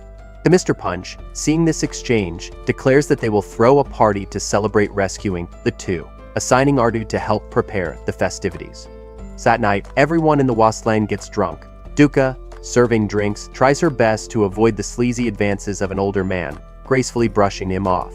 Despite the rough conditions, she manages to keep her spirits up, while Adonis, detached from the joy around him, remains fixated on the mission ahead.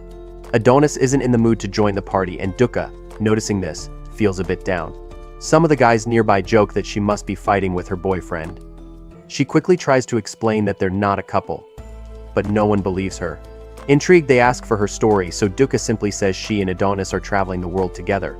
The group laughs at the idea of anyone voluntarily visiting the wastelands, but they all agree that Duka seems like a really kind person.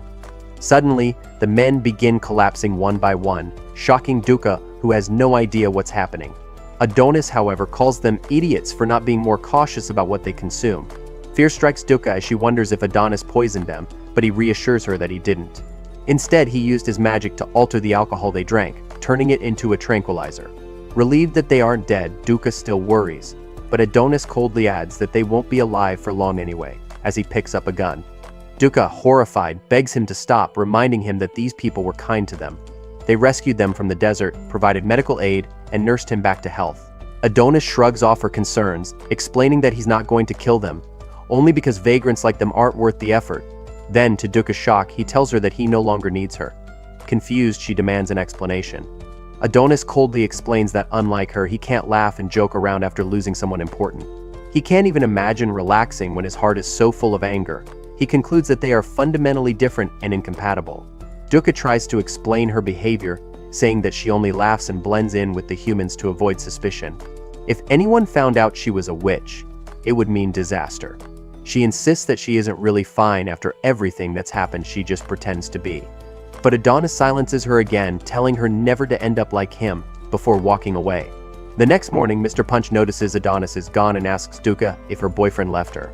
She corrects him again, reminding him that Adonis isn't her boyfriend. Punch, however, can't help but comment on how rude it was for Adonis to leave without a thank you, abandoning Duka alone. Punch adds that Duka made the right choice breaking up with him, but Duka sees something in Adonis that no one else does. She knows that beneath his cold exterior, there's kindness.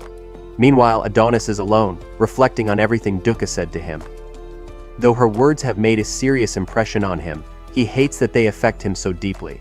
Suddenly, he senses someone approaching and wonders if he made the tranquilizer too weak or if it's someone sent by the Rhea Empire. Either way, Adonis prepares for a fight, ready to eliminate anyone who stands in his way. Back in the wastelands, Duka is shocked when Mr. Punch reveals that he knew all along that Adonis was the witch's apprentice. Duka tries to deny it, but it's no use. Punch says that Adonis is no longer the same person he once was. He recounts a memory from his past when he was dying in the desert and was saved by Chloe, the Ice Witch, and her young apprentice Adonis. Punch, ever the wise biker, explains that the greatest happiness comes from having something worth fighting for, even against the entire world. He muses that there's no way to settle the question of whether revenge is right or wrong. Adonis has chosen his path, and even if it leads to his death, that is his choice. Punch then asks Duka what she plans to do, and she admits that she doesn't want anyone else to die because of her failures, like what happened with Anna and the others. She refuses to let Adonis die, and Punch, amused, tells her she's wasting time talking to him when she should be going after Adonis. We then see that the person following Adonis is none other than Duka. When Adonis realizes it's her, he wonders if she's come to kill him. but Dukkha promises not to get in his way and asks to travel with him. Adonis, stunned, listens as she explains that she's thought it through and believes he does need her. Traveling alone is dangerous, she points out, and good company makes the journey easier. Though Adonis is irritated by her persistence, he admits she may be right. Still confused by why she didn't just leave, Adonis grumbles about how noisy she is, but ultimately follows her as they continue on their path together. This anime finally brings some much-needed lightheartedness, as Adonis chases after an out-of-control Dukkha, who's still trying to master her motorcycle. Mr. Punch watches from afar, hoping Adonis won't make Dukkha cry, and wishes Chloe's beloved apprentice the best of luck. So meanwhile, in the bustling capital, crowds gather for the grand imperial coronation. The city is buzzing with excitement, and the mood is peaceful as everyone awaits the unveiling of the new monarch. So at a massive stadium, the 23rd Emperor of the Rhea Empire is being celebrated for his achievements. Aside from his impeccable mustache, he is credited with propelling human civilization forward at breakneck speed. Thanks to him, the Empire now boasts futuristic trains and smartphones, rendering the power of witches obsolete. His leadership saw humankind seize its dignity through science and military might. Emperor Goth was undoubtedly a genius, but not smart enough to escape death. Without him, the nation has been restless, but that ends today as the people prepare to welcome their new ruler. The countdown begins, and the crowd eagerly anticipates their new leader's arrival. When the clock strikes 0, thunderous cheers erupt as Queen Doroya steps out. The entire scene feels surreal, with the crowd chanting her name as if she were a K-pop idol. Her performance, broadcasted far and wide, captivates audiences, with her charm and grace winning over viewers everywhere. She's using her simp spell, and men across the nation are falling head over heels for her, much to the dismay of their girlfriends. Mid-performance, Doroya smiles brightly and tells her new fans how much she loves them. Meanwhile, in the farthest corners of the Empire, a man watches the broadcast on his dragon thumb, pointing out the irony. Doroya, a witch, has become the monarch of humanity, exterminating her own kind with the very science the humans developed. She now rules the world as its queen.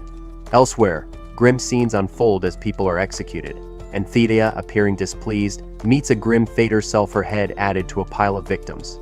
The dragon phone man realizes that Doroya is far more dangerous than anyone had predicted. Back at the stadium, Doroya wraps up her K-pop style performance, and particles from the crowd float toward her, converging to form her crown. The audience erupts in applause for their new queen. In the wastelands, Shiru watches the coronation, feeling bittersweet. While he's proud of Doroya's rise to power, he's also upset, like seeing a childhood friend suddenly become the most popular kid in school. Though he has a job to do, Shiru can't help but admire Adonis's cleverness. Adonis destroyed the tracking device he took from Yamato, leaving Shiru with no way to trace him.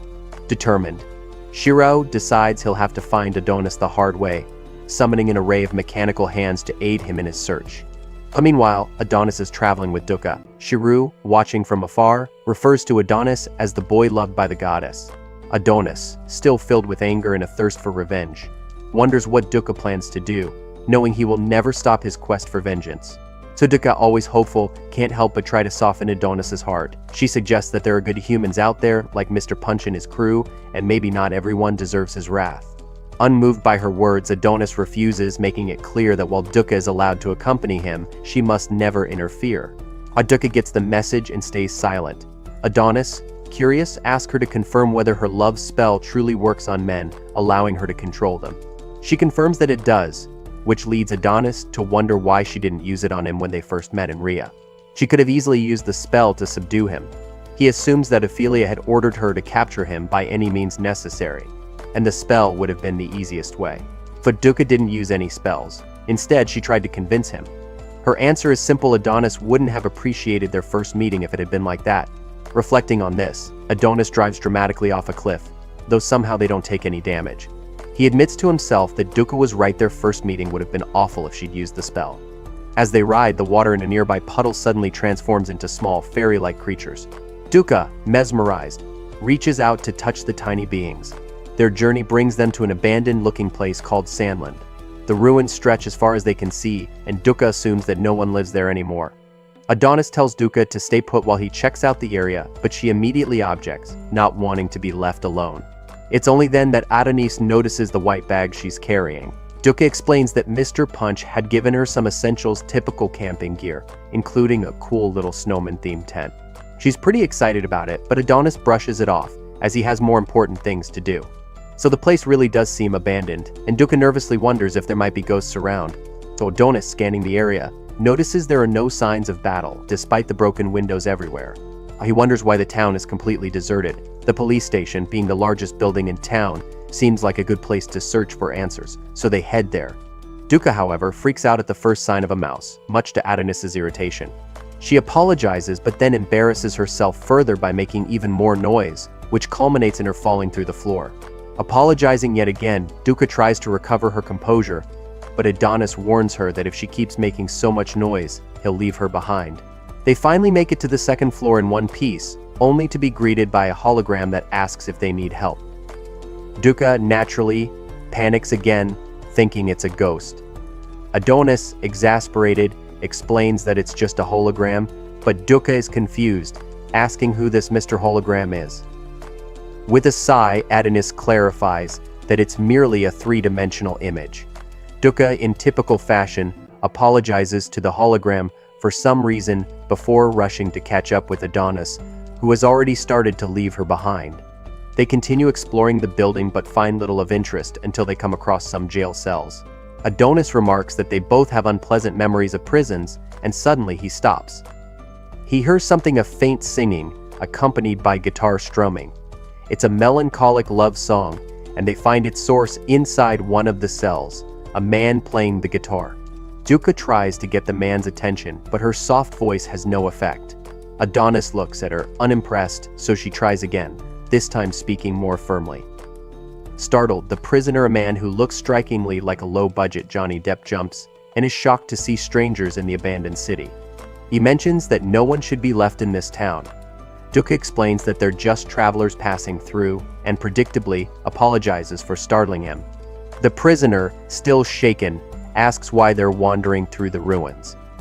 Adonis, suspicious, points out that it's strange for him to be there alone, to which the man replies that he's a prisoner, hence no choice in the matter.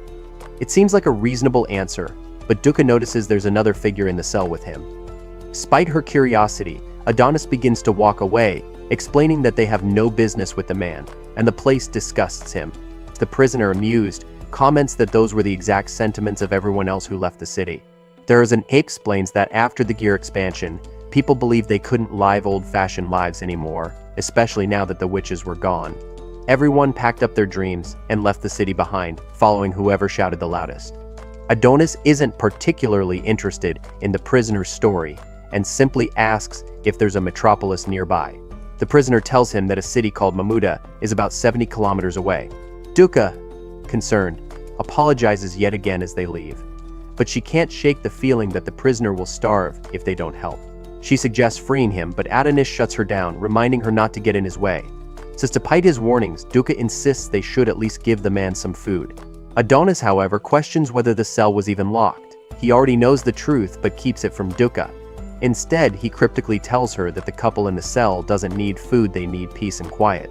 Duca, confused, had noticed that the other person in the cell was the man's wife, and she's even more shocked when it becomes clear that the woman had already passed away. The prisoner, completely lost in his grief, begins to sob as he embraces his wife's lifeless body. He tearfully tells her that all those who had accused her of being a witch and locked her in the cell are long gone. In a heartbreaking moment, he promises her that from now on, they'll be together forever. The man in the cell continues apologizing to his deceased wife, regretting that he couldn't protect her.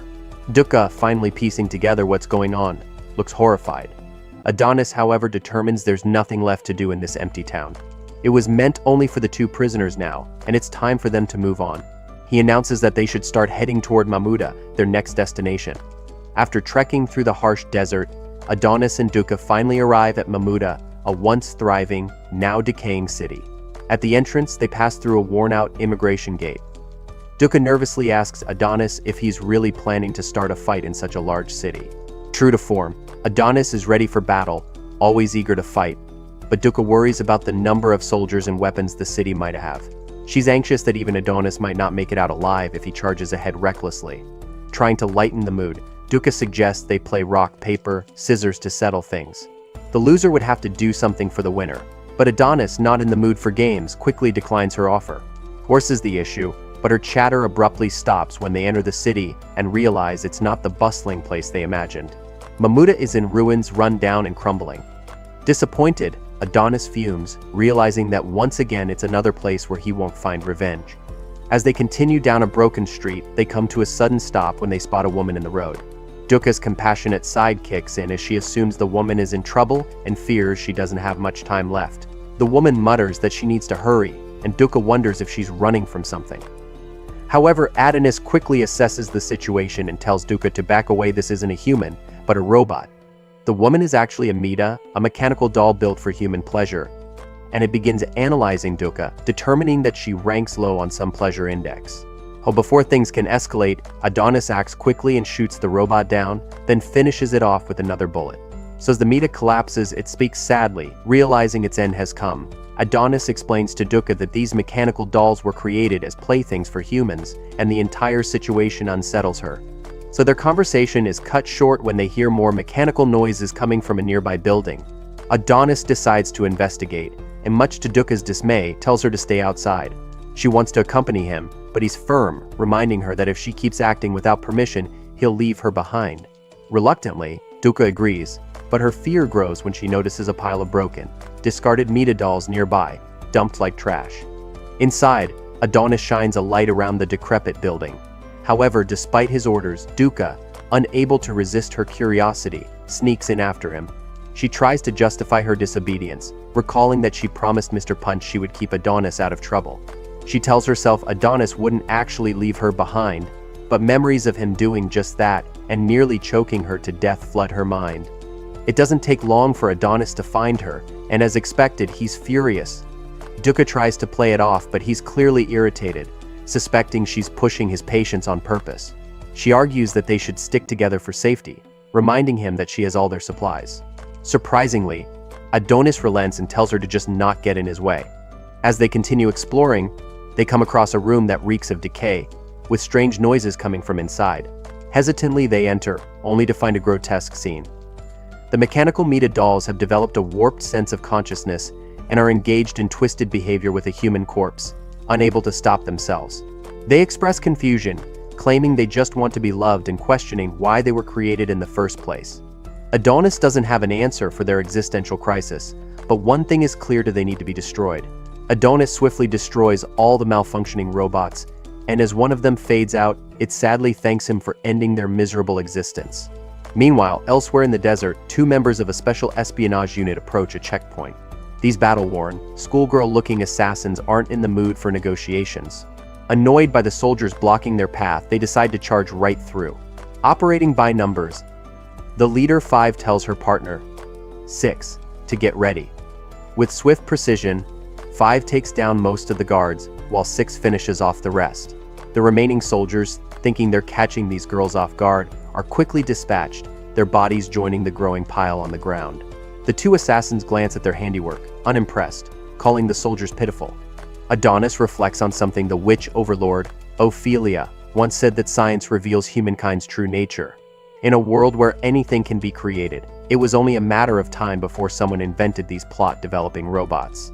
So they find some old shackles similar to those worn by Thea at the concentration camp and uncover the disturbing truth: this nation had once traded its own women, daughters, and wives in exchange for robots. This grim discovery fuels Adonis's hatred for humanity even further. With no women left, the nation fell into decline, as no new generation could be born. Thermomuta was just one of many places that had followed this path to ruin. As they scavenge parts from broken-down vehicles, Adonis begins working on an improvised EMP. Duka, clueless as ever, doesn't understand what that is, so Adonis simplifies it for her.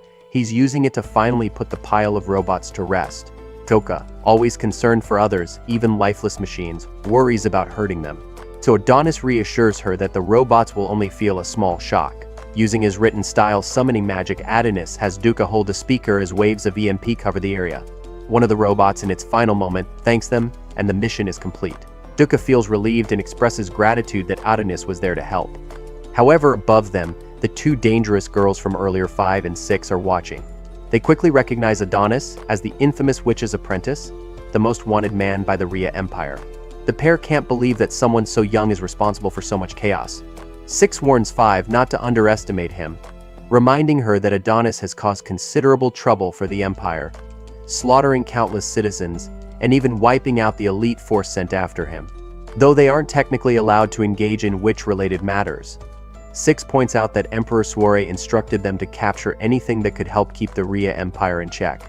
So the girls fantasize about the rewards they might receive for completing this mission, even dreaming of living in the capital. 6, who seems to have a deep affection for 5, says that she'll live anywhere as long as they're together. With that, they decide it's time to confront Adonis. 6 instructs 5 to take on Adonis while she eliminates Duca, but 5, being the older and in charge, asserts her authority. Before they can make their move, Shiru, who has been watching like a shadowy figure, appears, smiling in his usual unsettling way. The number girls demand to know who he is, but Shiru doesn't offer any answers. To them, silence means hostility, so they immediately attack. Meanwhile, back in the ruins of Mamuda, Duca has made a small grave for the Meta robots, offering them her condolences and telling them to rest in peace. She even speaks about heaven for the fallen machines. Adonis, ever the realist, dismisses her sentimental gestures. He explains that creating graves and offering prayers might help the living cope, but it does nothing for the dead. Taking this moment to further push his agenda, he suggests that if Duca truly wants to honor the fallen, she should embrace his philosophy of revenge against all of humanity. Duca, however, can't follow him down such an extreme path. A mass extinction of the human race is too much for her to bear, so the two agree to this. Duca kneels in front of a makeshift tombstone she created for the fallen witches, offering a prayer. Adonis watches her, thinking that this might be the perfect place for her to stay forever after all. She seems to enjoy crying, and there's plenty to cry about in this desolate city. Duca is taken aback by his cold remark, but, as usual, Adonis doesn't hold back. He reminds her that all of her friends died because he brought the humans to the moon base, and she shouldn't even want to travel with him anymore. He gives her one last chance to reconsider her decision. So before the moment can become too tense, Duca interrupts by showing him the 2 little dolls he had previously thrown away, thinking he had gotten rid of them for good. She explains that she doesn't want to blame him for what happened and doesn't want to keep arguing. She acknowledges that the witches were using him. They were obsessed with creating magical items to fight against the humans, which led to them abducting Adonis and provoking him into trying to resurrect Chloe. In a way, it was a betrayal. Adonis, surprised by her response, decides it's time for them to leave. In a rare moment, he shows a bit of personal growth, apologizing before demanding that she get rid of the dolls. Duca, however, is oddly proud of their tiny versions and refuses. Adonis, frustrated, wishes she were more skilled at something useful. In response, Duca reveals that she can sing. Adonis, unimpressed, asks her not to sing while they travel. Suddenly, they are interrupted as Shiru appears out of nowhere for the first time. He sarcastically complains that their flirting is making him jealous. Adonis instantly recognizes him as an enemy and is shocked that they've been found so quickly. Preparing for a fight, Adonis quickly learns just how dangerous Shiru is when the stranger easily destroys their motorcycle with a single move. Shiru reveals that he also took down the number sisters who were hunting Adonis earlier. He introduces himself as a high-ranking official in Rhea, explaining that he's there to collect their heads. Adonis, unfazed and eager for revenge, is just glad to finally encounter someone from Rhea he can kill. Elsewhere, we see that the Rhea Empire's intelligence agency had a hand in tracking down Adonis. So Agency Chief Charmy welcomes Adonis back to the planet's surface, explaining that they were able to find him because his unauthorized teleportation coordinates had been stored in their database. As they track down criminals across the nation, Charmy gives Shiru the order to wrap things up quickly. She doesn't want to work overtime. Adonis, now realizing he underestimated the human's ability to track him, is also curious about the 2 ornaments Shiru is carrying. However, Shiru explains nonchalantly that the 2 girls who had reached Adonis first were simply in his way, so he eliminated them. Duca demands that Shiru stop disrespecting the dead, but Shiru, not even knowing who she is, threatens her in return. Adonis, irritated by the exchange, pulls Duca by the hair and tosses her aside, warning her not to get involved. He prepares to use his written style summoning magic, but Shiru quickly stops him, showing off his speed. Adonis, quick on his feet, pulls out his gun and fires several shots, but Shiru effortlessly dodges them. Adonis deduces that Shiru must be some kind of cyborg based on his reaction speed. In a clever move, Adonis fires a bullet and uses his gain spell to enlarge it. Charmy, observing from afar, immediately recognizes how dangerous this attack is and warns Shiru not to engage. But Shiru, cool and collected, dodges the bullet as if he's reenacting a scene from The Matrix. He counters with an attack of his own, but Dukkha steps in and uses her love spell on him, freezing him in place.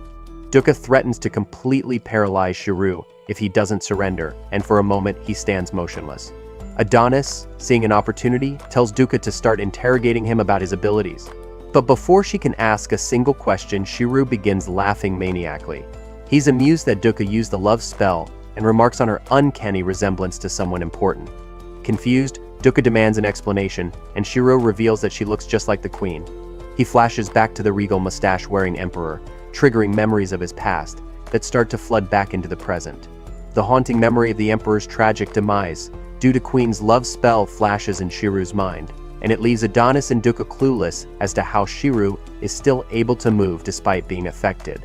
The situation grows more bizarre when Shiru rips off his shirt, revealing a heart symbol on his chest, indicating that he's already under someone else's love spell. His back is covered in holes, and with a maniacal grin, he activates his hummingbird release ability, launching robotic hands from his body. Adonis immediately recognizes that the gear expansion has spiraled out of control. Seeing the danger, Adonis orders Dukkha to stay out of the way, telling her that her love spell won't work on Shiru, making her useless in this fight. So the chaos unfolds. Adonis has a flashback to the time when Emperor Goth cruelly mocked Chloe, telling her that without magic, she was just a useless woman. Determined to be nothing like the Emperor, Adonis pushes those thoughts aside, focusing on the battle at hand. Despite Adonis's warning, Dukkha, stubborn as ever, tries to lift a rock to contribute somehow. She doesn't want to be a burden, nor does she want to watch anyone else die. While unsure whether seeking revenge is right or wrong, she has already made her choice to stand by Adonis no matter what. The rock she holds won't do much, but it doesn't matter because Adonis has a plan. Seeing her determination, he summons a rapier for her, along with a set of magical armor for himself. The two strike a pose, ready for battle. Adonis explains that the indestructible blade he gave her can now pierce steel, making it powerful enough to destroy most enemies with a simple swing. However, he advises her to learn some basic sword skills. Ever prepared, Adonis even sent Ramans an instruction manual, joking that even a witch like her should be able to follow it. Shirao, ever the villain, is growing tired of their teamwork and demands they stop flirting. He launches his robotic hands at them, forcing Adonis and Dukkha to destroy each hand one by one. Though the hands seem weak at first, the sheer number of them becomes overwhelming, quickly surrounding the pair. Realizing they can't keep up, Adonis is forced to come to Dukkha's rescue as the hands begin to overpower her. To make matters worse, Shirao suddenly reveals that the hands aren't just numerous, they're powerful as well. He sends them high into the air and removes their limiter, dramatically increasing their damage potential. The powered-up hands rain down on them like missiles. In response, Adonis unleashes a spell called Glipnir, summoning energy ribbons that take out several of the hands. The ribbons buy them time, but Adonis knows this fight needs to end quickly. He calls Dukkha to his side, encasing them both in an enormous ball of energy called the Cannonball. Shiro is impressed by the massive attack, but Charmy, watching from a distance, is terrified, warning Shiro to avoid it at all costs. Shirao, however, is fearless. He activates an ability called Hummingbird Castle, pulling all the robotic hands back into his body and using them like thrusters to hold off Adonis's cannonball. Shiro struggles, but he manages to stop the energy ball in its tracks, pushing it back slightly. He smirks, satisfied with his victory. Unfortunately for him, this was all part of Adonis's strategy. As Shiro pushes the ball back, Adonis reveals that he had prepared another attack. Just as Shiro begins to comprehend the trap, Dukkha, appearing from behind, thrusts her sword into both of Shiru's legs. Adonis, pleased with Dukkha's efforts, watches as Shiru stumbles. However, to their dismay, Shiro doesn't seem bothered at all. He taunts Dukkha, telling her she should have aimed for his head, or better yet, his heart. Shiru, in a sudden burst of power, punches both of them with tremendous force, sending Adonis and Dukkha flying. Dukkha, battered and bruised, is in bad shape after the punch. Shiro mockingly tells her that she ruined her own surprise attack, complimenting their coordination but stating that it still wasn't enough to defeat him. But once again, Shiro underestimates them. As he gloats, he suddenly finds himself bound by the energy ribbons from earlier, which Adonis had set as a trap. Adonis, gripping Shiro by the throat, tells him not to bother begging for mercy since he has never been the type to show it. Just as Adonis begins to choke the life out of him, Shiru reveals another trick: hidden robotic hands that quickly grab Adonis and pin him against the wall. In a dangerous situation, Adonis is now stuck, unable to continue writing his spells, which weakens his magical hold on Shiru. Desperately, Adonis demands to be let go, but Shiru, ever the twisted villain, tells him to let go first. Dukkha, witnessing the chaos, reminds herself that she promised not to let Adonis die. She steels her resolve, determined to finally be of use. Just as she prepares to act, Shiru makes his next move, and Adonis warns her to duck. Unfortunately, Dukkha reacts far too slowly, and one of Shiru's mechanical hands snatches her up into the sky. Adonis, frustrated by having to save her once again, pushes himself harder, but Shiru, as always, has another surprise waiting: more hidden hands that slam Adonis to the ground. Now, with his pen out of reach, Adonis is pinned, powerless to stop what is happening. Meanwhile, Dukkha is completely vulnerable in the clutches of Shiru's robotic hands. As the villain breaks free from the energy ribbons that had previously held him, the situation grows even worse. Shiru signals his robotic hands, instructing them to pierce Dukkha's eyes. Adonis, horrified, yells for him to stop, but it's too late. Dukkha, realizing the inevitable, thanks Adonis for everything. Knowing she will never recover from such a brutal attack, she expresses her gratitude for having him by her side through their journey. So a flashback of their time together plays through her mind as she reflects on their adventures. So her only wish now is that they could have seen more of the world together. But Shiru shows no mercy. He prepares to rob her of her sight forever. Adonis fights desperately, but he's completely trapped. Dukkha, now facing her last moments with vision, looks at Adonis one final time. Her tears mix with the horror of the moment as Shiru's robotic hands pierce through her eyes. Her agonized screams echo through the air, and Adonis can only watch in helpless terror. The rage boiling inside him brings back memories of Chloe's brutal murder, fueling his desperation. Shiru, enjoying every second of the torment, mockingly asks Adonis if he's experiencing deja vu. This only enrages Adonis further. He screams for Shiru to stop playing with him. In a last-ditch effort, Adonis dispels his armor, momentarily freeing himself, but Shiru, with a sadistic grin, releases Dukkha, cruelly taking her eyes with him. Adonis rushes to Dukkha's side, but her eyes are gone. She is bleeding heavily, and it's clear she won't last long if the bleeding doesn't stop. Despite her grievous injuries, Dukkha tries to reassure Adonis, insisting that she's fine, though it's obvious she's anything but.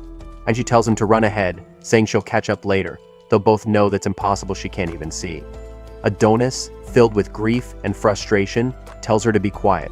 Just then Shiru interrupts, flaunting Dukkha's eyeballs like trophies.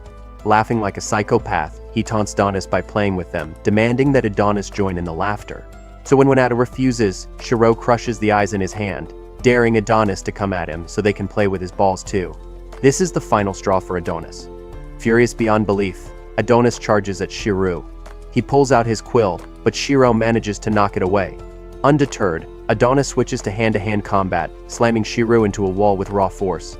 Despite the overwhelming rage and chaos, Adonis begins to question if he has truly changed. Is he any different from before? Has he learned anything from his journey? Retrieving his quill to protect Dukkha, Adonis braces himself for Shiru's next attack. Shiru, ever relentless, sends another wave of robotic hands, but Adonis, remembering his training as Chloe's apprentice, uses a spell to send the hands right back at him. Shiru, always quick, manages to escape, but now he realizes his prey has disappeared into a nearby building. Inside the building, Adonis knows what he must do, though it will be crude and painful.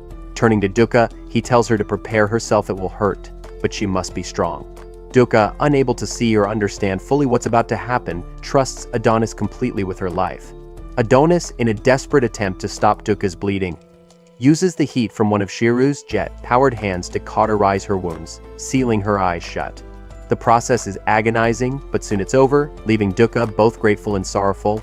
She apologizes to Adonis, sinking deeper into despair as she imagines what their lives could have been like if they had just lived normal, uneventful lives. She pictures them going to school together, laughing, enjoying simple moments far removed from the chaos they now face. As Dukkha's breath grows shallow, Adonis panics, thinking she might have died, but to his relief, she's still breathing. However, her words hit a nerve. Her musings about an ordinary life remind him painfully of Chloe, who had once spoken of the same dream. So this painful realization that he has failed to protect both of the women who mattered most to him fuels his rage. Determined not to fail again, Adonis grips his quill with renewed fury. Outside Shiru's area for Adonis, but is suddenly shocked as Adonis summons his giant once again, a colossal figure that previously wreaked havoc on the capital. Shirao recognizes the threat and becomes excited by the challenge, but knows he must avoid a direct hit due to the giant's destructive power. Adonis, eyes burning with rage, yells for Shirao to summon his precious queen so he can blind her as payback for what was done to Dukkha. This infuriates Shirao, who would never allow any harm to come to his queen. He sends out more of his mechanical hands, but Adonis, undeterred, taunts him by calling him a stupid rabbit and evades the attacks. Despite his efforts, there are too many hands, and the giant is eventually overwhelmed and destroyed. Pushed back, Adonis finds himself on the defensive. Shirao, unimpressed, mocks Adonis, calling him all talk with no substance. In a burst of desperation, Adonis enhances one of his arms with magic, preparing to land a devastating punch. He throws the punch, but Shirao narrowly manages to stop it, quickly tossing Adonis around like a rag doll. So amid the barrage of blows, Adonis tries to cast another spell, but Shirao swiftly knocks his quill away, cutting off his magic. Shirao, amused, points out the fundamental flaw in Adonis's magic. There's a delay between writing and activation. He mocks Adonis's pseudo-magic, telling him that being born human is his true weakness. Adonis, undeterred, demands that Shirao fix Dukkha's eyes, but Shirao coldly rejects the plea, forming a giant robotic hand to crush him. Meanwhile, Dukkha, unable to see or know what's happening, desperately calls out for Adonis, playing a twisted version of Marco Polo, in hopes of finding him. But her calls go unanswered until, chillingly, she hears Adonis's voice, only to realize it's a cruel trick by Shirao. Adonis, severely injured, tries to tell Dukkha to run, but Shirao tosses him aside, impaling him with a metal rod. As Adonis cries out in pain, Shirao rains down more blows with his mechanical hands, and Dukkha, hearing the agony in Adonis's voice, begs Shirao to stop. Shirao, with a twisted smile, turns his attention to Dukkha. He notes that her voice resembles that of his queen, a fact that enrages him. He tells the story of how he met the queen by chance and instantly fell in love, becoming enslaved by his feelings. He describes the overwhelming joy he felt, and wonders if Dukkha can understand such emotion. But ultimately, he dismisses her, saying it doesn't matter what she thinks, because her fate has been sealed. The world doesn't need two witches, and her destiny, as he puts it, has already been decided. Dukkha, though confused by his ramblings, tries to reason with him, reminding Shirao that witches are still humanity's true enemy. She acknowledges Adonis's destructive attack on the capital, but points out that it only happened because humans began hunting witches first. She had once believed in peace and thought revenge wasn't the answer. But after everything she's experienced, the loss of her friends, her sight, and her innocence, she's no longer sure if forgiveness is possible. Adonis, barely conscious, watches as Shirao slams Dukkha's face into the ground. Shirao, tired of her speeches, is ready to end Adonis' life, but Adonis, through the pain, has an idea. He tells Dukkha to cast her love spell on him. It will give him control of his body again, even if it means becoming her puppet. Dukkha hesitates, not wanting to use such magic on Adonis, but he insists it's the only way they can survive this nightmare. Reluctantly, Dukkha begins preparing the spell, knowing that it's their last chance to fight back against Shirao. Shirao cuts Dukkha off mid-sentence, telling her to abandon hope and give up. Adonis pleads with her to cast the spell, but Shirao has already prepared to decapitate him. In a moment of desperation, Dukkha summons the courage and apologizes to Adonis for using her magic on him, also silently asking Klo for forgiveness. A surge of immense power radiates from Adonis, stunning Shirao, who can't fathom where such strength is coming from. Before Shirao can react, Adonis launches a brutal punch, sending him flying. Magic symbols envelop Adonis's body, glowing with intense energy. Flashing back to Dukkha's past, we see how the other witches treated her poorly because of her magic. Her ability to control humans made the other witches uncomfortable, and they distanced themselves from her, labeling her power as filthy. So they chastised her, insisting she keep her magic hidden from humans to avoid giving them the wrong impression of witches. Even the witch leader condemned her magic as disgraceful, calling it indecent and impure, making Dukkha feel like a stain on witchkind. So this relentless criticism left Dukkha desperate to be seen as a good witch. Back in the present, Adonis snaps Dukkha out of her guilt-filled reverie, understanding now why she tries so hard to be pure. He reassures her, telling her she worries too much and shouldn't hold back. He tells her to use him fully, without restraint, and laughs off her fear that he might fall in love with her under the spell, even as he is already clearly influenced by it. He calls her a fool but urges her to continue. A magical crown forms above Duka's head, and she casts a powerful love spell, Nightfall. She explains that Adonis will now move without the constraints of gravity, his wounds will heal, and his magic will know no limits. Her words become reality as Adonis's quill reappears in his hand, and his injuries vanish. Shirao is completely overwhelmed by the sheer scope of the magic at play, astonished that a love spell could grant such immense power. Duka confidently declares that no one can stop Adonis now.